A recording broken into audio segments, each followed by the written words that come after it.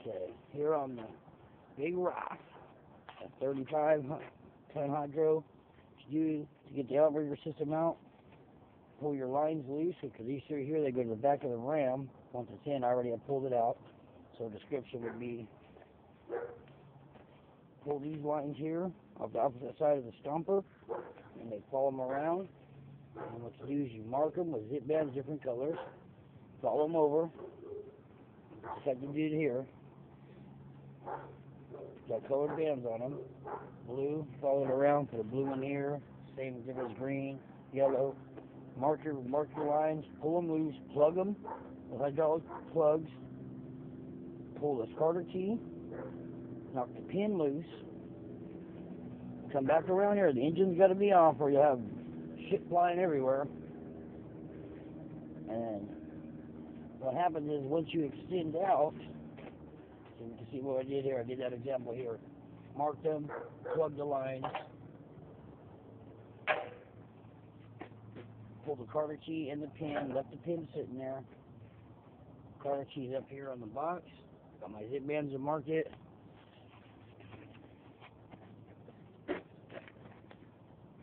Then, once you slide the outrigger out, use a forklift. It's pretty much balanced, even though it seems like the ram will be heavier, but it's not.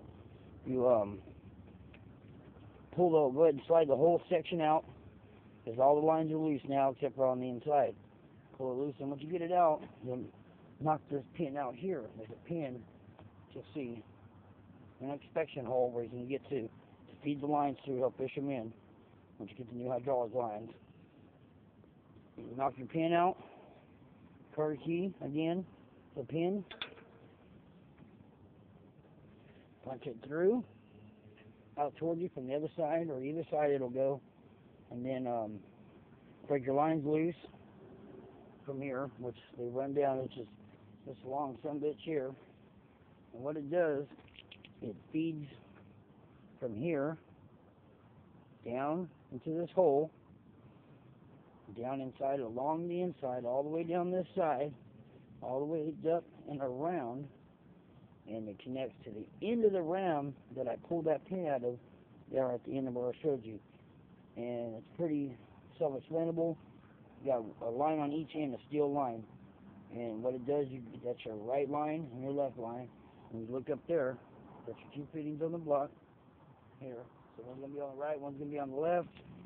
This is a ram, as you can see, it's hella dirty, or it's been leaking from inside because one of them hoses came loose. The easiest way to replace those hoses is not to try to fish them out and break everything loose. It's just to pull this whole section out. It comes out in about 30 minutes. So, there's that. The ram's out. It's ready to go. It's fairly light, you know, if you get one in at a time. And there's a ram there. That's your extension ram. And that's your one slider that we have on the hydro. Two on each side. One in the front, one in the rear, and then the same on the other side. So there's that. And what I'll do, I'll get it in here, I'll steam this shit out. Right now I'm going to take the hoses and break the rest of the hoses loose and replace them. So we'll be done with that.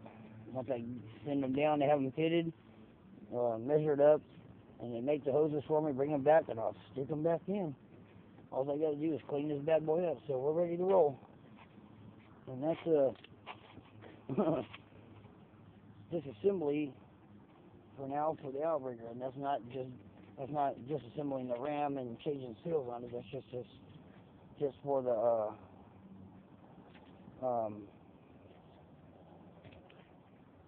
hoses, replacing the hoses. So ram consists of a head, which is here, a mule head.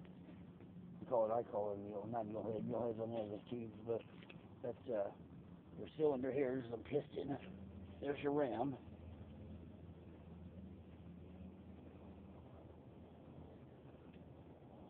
And it needs to be replaced. Shit, that's what's leaking. It's not even the damn hoses, really. Don't look like. We're going to go ahead and replace them. As you can see, the cracks in the line. See that? They're old, need to be replaced. Brittle from the weather. Hot, cold, in and out, in and out. And that's what flexes, not the steel lines. The steel lines stay steady. So I'm going to go ahead and replace this line here. And that'll be done, which actually this should have a steel fine, I believe, but it's not, so I don't know why they have that. Figured it'd be safety for the steel one. Going up to this block valve here, which is your safety valve, so if you lose pressure, it locks. It won't let the ram collapse and the crane tip over. So there's that. To the next one.